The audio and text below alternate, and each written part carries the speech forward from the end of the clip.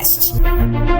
Poticast é o podcast do Potiguar Notícias. Informação e entrevista de segunda a sexta no rádio, YouTube e plataformas digitais. Acesse potiguarnoticias.com.br.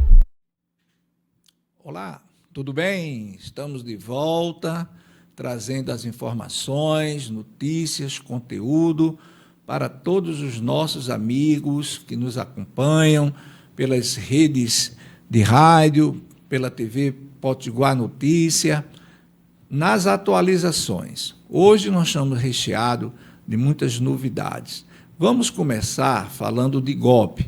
O golpe do MEI é aquele golpe sobre a taxa associativa, a taxa da declaração do MEI, que é a taxa de arrecadação do Simples. O que isso significa para quem é do MEI?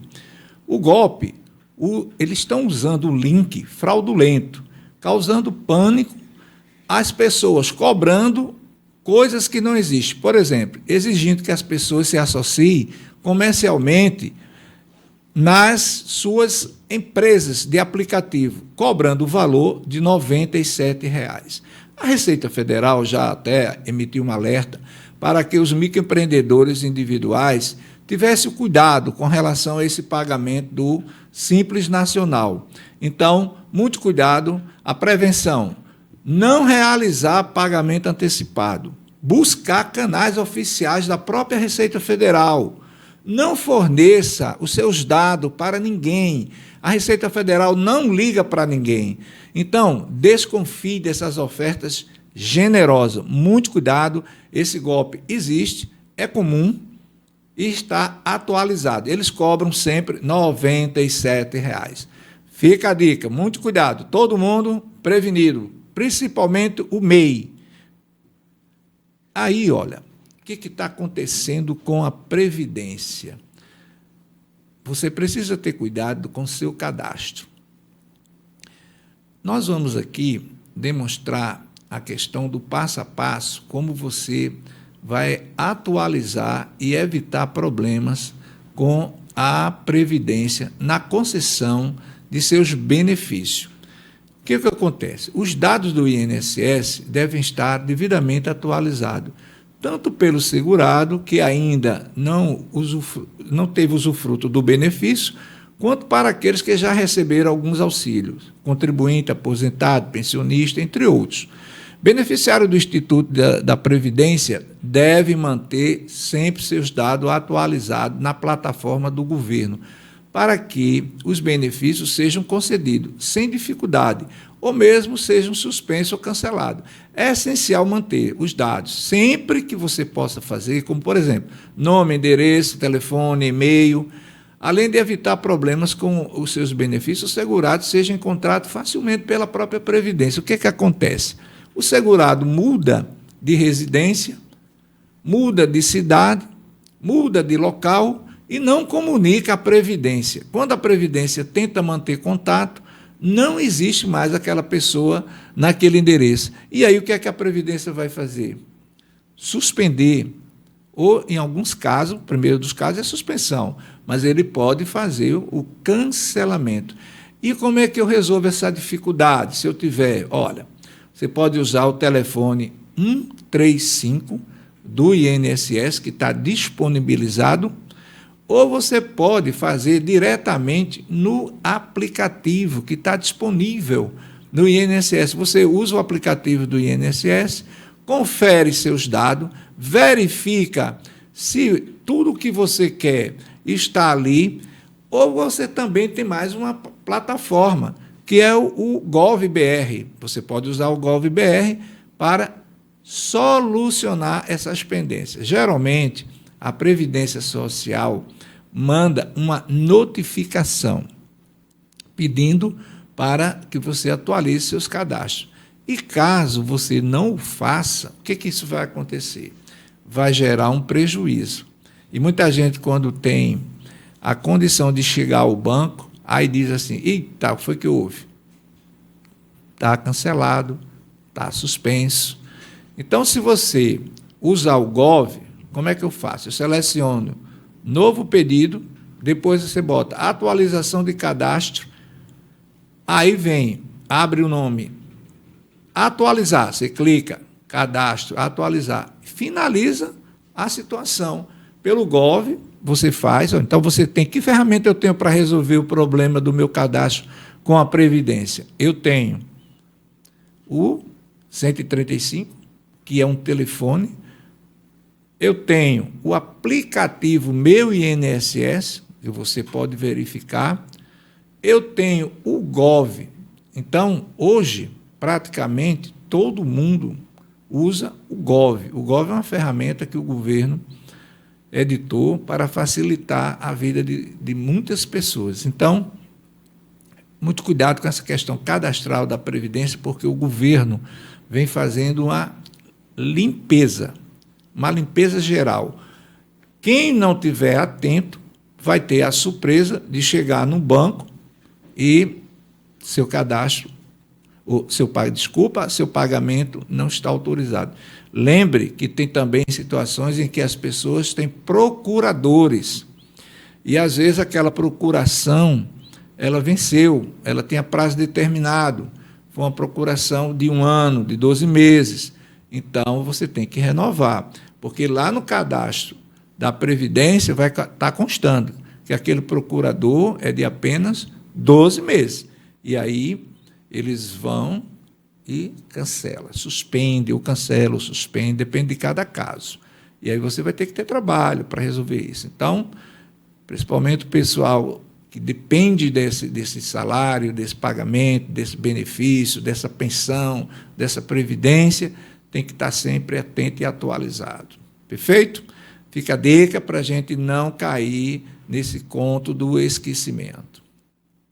Olha, recentemente, o governo mudou a questão de compras, essas compras internacionais. Muitos criminosos vêm se aproveitando dessa compra internacional para aplicar golpes com relação à compra. Recentemente, a implementação da tributação sobre compra internacional é de até $50. Se a gente comparar $50 vezes 6, dá R$300. Então, essa taxação ela é conhecida como a taxa da blusinha. O que é que os golpistas fazem? Eles encontram uma oportunidade para enganar os consumidores. A nova política de tributação, que entrou em vigor na última quinta-feira, 1º desse mês, estipula que compras de até $50 terão um imposto de 20%. Então, se você comprou, vai ter 20%. Enquanto esses itens de $50 e 1 centavo e até 3.000 são taxados em 60%. Veja o que é que acontece. Quando eu vou comprar, aí o que é que eles fazem? Muitos enviam um SMS fraudulento, solicitando pagamento de taxas extras. E essas taxas, você tem que ter o cuidado, porque essas taxas elas são cobradas diretamente pela Receita Federal. Elas não são cobradas, a Receita Federal não manda e-mail, nem envia SMS, não trabalha com o WhatsApp, nada disso. Quando você compra, a empresa que lhe vendeu, ela já coloca dentro daquele pagamento a tributação. E essa tributação que eu estou me referindo é a tributação federal, que teve os 20% adicionado. Então, assim, se eu vou fazer uma compra de $50, vamos trabalhar 50 vezes 6, dá R$300. R$300, eu vou ter um adicional de 20%, que vai nos dar R$60. Então, a minha compra vai ser 300 mais 60, 360. Aqui ainda vai incidir o ICMS, que varia de 17% a 20%, depende de cada estado. Veja, o que é que está acontecendo?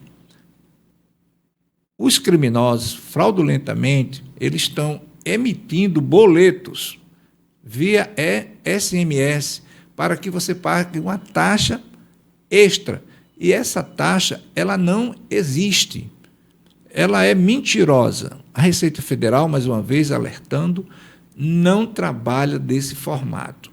Você vai pagar através do boleto da própria Receita Federal, que é um documento de arrecadação federal. Então, se você tem que pagar os 60, com aquela empresa que você comprou, não é? Ela já emitiu esses 20% naquela nota. Então, você pode observar que quando você vai nos Correios, você chega lá, aí você diz, 300 mais 20, 360, mas tem a taxa também, que é o imposto do Estado. Então, quem usa essa ferramenta de fazer compras através do sistema e-commerce, tem que ficar atento. Não pague, é fraudulento, denuncie, faça um BO, chama a polícia, faça qualquer coisa, menos pagar. Perfeito? Vamos a um pequeno intervalo rapidinho e voltamos. Até já. O podcast do Potiguar Notícias é jornalismo, a informação de qualidade com entrevistas e assuntos atuais. Estamos no ar de segunda a sexta-feira, com transmissão ao vivo pelo YouTube e também nas emissoras de rádios parceiras. Cena TV, Web TV de Macaíba. 105 FM de Ceará-Mirim. FM Liberdade de Felipe Guerra. Macaíba FM de Macaíba. FM Flores de Jaçanã. FM Executivo de Nísia Floresta. FM São Gonçalo de São Gonçalo do Amarante. Zona Norte FM da Zona Norte de Natal. Liberdade FM de Cerro Corá. Asas da Esperança de Mossoró. Santa Cruz FM de Santa Cruz. Rádio Seridó FM de Carnaúba dos Dantas. Pontal FM de Bahia Formosa. Princesa FM de São Bento do Trairi. Curimataú FM de Nova Cruz. Voz Serriense FM de Serrinha dos Pintos. Emissora Cidade FM de Apodi. Rádio Goianinha Web. Rádio Educativa Goianinha. TV Rádio Goianinha Web. Rádio Extremóis FM. Rádio Saudade Web de Ceará-Mirim. Rádio Serrana FM de Lagoa Nova. Nova Litorânea. Operando sua programação 24 horas por dia, via internet para todo o Brasil e para o mundo. Uma emissora com credibilidade e a marca Gerson Almeida, Nova Litorânea.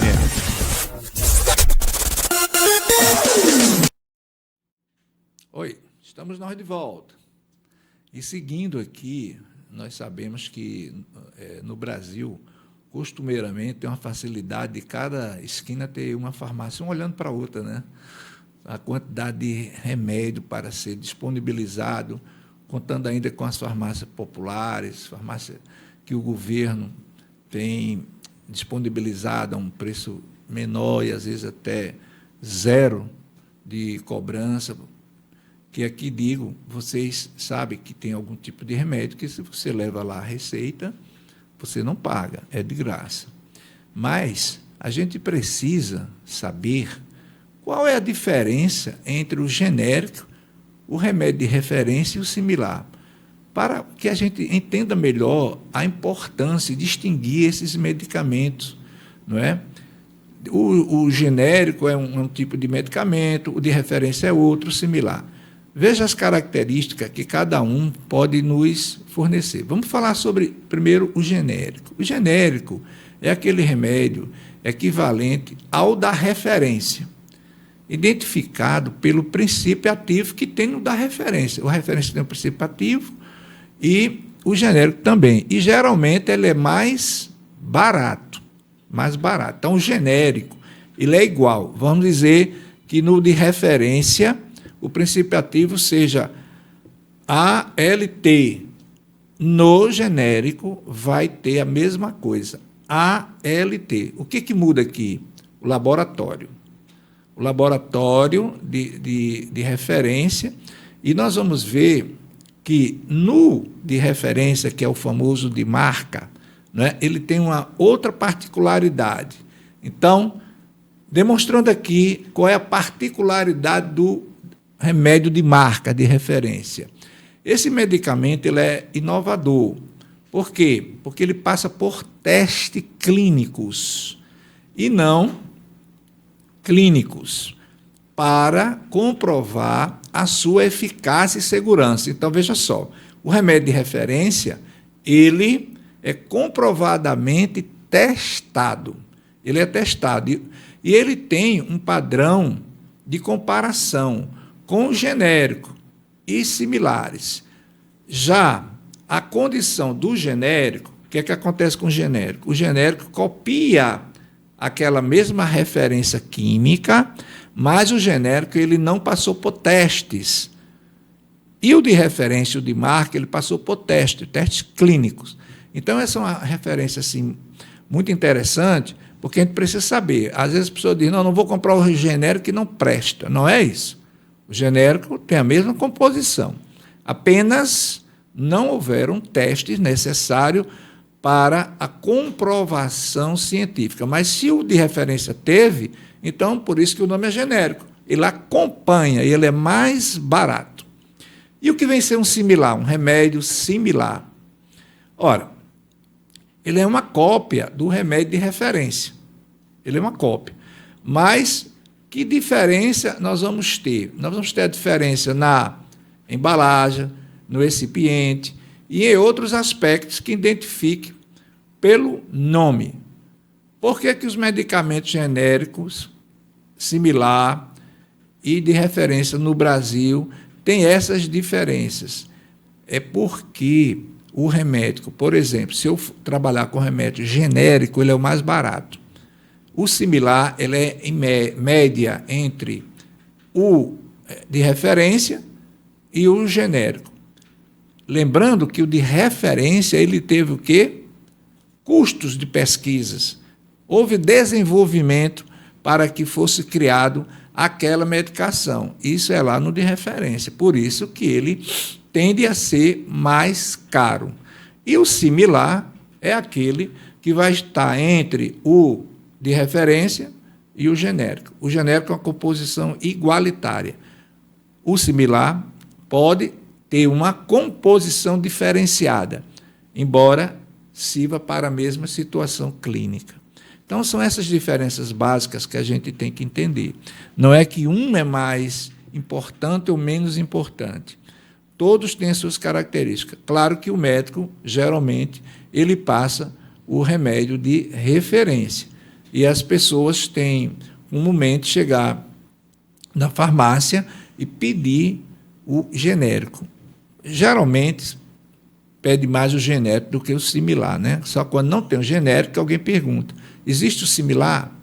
Aí, sim, mas é bom a gente saber essas diferenciações. Então, veja, referência, remédio de referência, que é remédio de marca, passa por um conteúdo de teste clínico, de teste industrial, de teste de uso.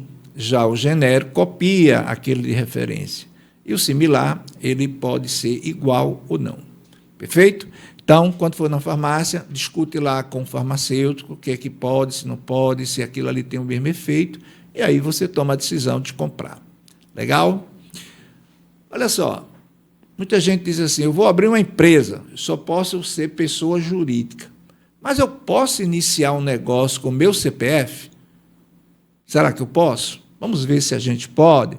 Sim, é possível começar um negócio utilizando apenas o seu CPF, especialmente para atividade de menor escala ou informais. Olha só, o manoempreendedor está sendo criado, que é justamente para aquelas pessoas que, por exemplo, o picolé, o cara que vende picolé, ele fatura tão pouco que no final do mês ele vai faturar R$3.000, R$2.000, se muito, R$4.000, olha. E essas pessoas, elas podem fazer uso do seu CPF. Como eu inicio uma atividade? É uma alternativa viável, mas é essencial compreender as limitações e os riscos associados a essa abordagem. Os cuidados necessários são as implicações fiscais e as melhores estratégias para formalizar seu empreendimento, conforme o crescimento do faturamento. O limite, qual é o limite? Hoje, o MEI tem um limite de R$81 R$1.000 ano, que dá 6.500 mais ou menos. Se eu formalizo uma atividade com o meu CPF, eu tenho até R$ 28.569,90 ano. Se eu dividir isso aqui por 12 meses, é o limite que eu tenho de isenção para não pagar imposto de renda. E eu posso fazer essa declaração de imposto de renda, até para que os bancos saibam que eu declaro imposto de renda. Então, veja assim, esses limites anuais, que são facultados pelo imposto de renda, eles nos dão a condição de usarmos o nosso CPF, sem problema nenhum. Então, o CPF, você não precisa emitir nota, né? Então, se você vai abrir uma empresa com CPF, você vai ter um limite de R$ 2.379 mês. Muita gente que vende bolo, banquinha de confeito, tem esse problema de, às vezes, ficar com dificuldade. Então, basta você fazer seu imposto de renda anual e você fica legalizado com relação à sua situação, até para banco, né? Porque o banco, às vezes, pergunta, você tem imposto de renda? Não, não fiz meu imposto de renda. Ah, não fez imposto de renda? Então, eu não posso abrir sua conta, certo? Então, sem problema. Você pode ter PJ, pessoa jurídica, como você pode ser também CPF. Beleza? Olha uma coisa interessante, o FGTS é o Fundo de Garantia do Tempo de Serviço, né? E, às vezes, acontece de você ter uma situação de bloqueio nesse FGTS. E como é que eu vou reverter a situação? Como é que eu vou desbloquear o saldo do FGTS? É necessário entender qual o motivo causador do bloqueio. Sendo assim, o saldo é depositado sempre na sua conta do trabalhador. Mensalmente, o empregador deposita o montante e disponibiliza para aquela conta do titular. Agora, o que pode ter ocorrido se meu FGTS foi bloqueado? Eu fico sem poder retirar, não posso receber benefício. Quando isso acontece, eu recebo uma notificação informando que seu saldo está bloqueado, impedido de saque. Você não pode fazer saque, está impedindo você fazer saque. E o saldo do FGTS significa que o trabalhador não pode movimentar o dinheiro da sua conta. Se ele está indisponível, eu não posso usar. E agora, o que é que eu faço? Bom, com relação ao bloqueio, ele pode acontecer por diversas situações e motivos. Vamos a eles. Primeiro, empréstimo. Você contraiu um empréstimo no banco e você formalizou que fosse retirar esse empréstimo da sua conta do FGTS. Você pode autorizar. Então, enquanto valer o empréstimo, não terminar a dívida, o FGTS, que está lá como garantia do empréstimo, vai ficar bloqueado. Você também pode ter a questão da modalidade do saque aniversário. O que é o saque aniversário?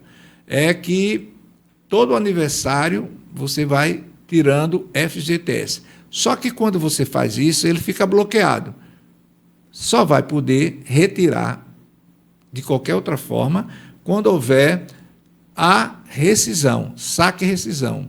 Então, se você faz saque modelo aniversário, você só tira nas datas de aniversário.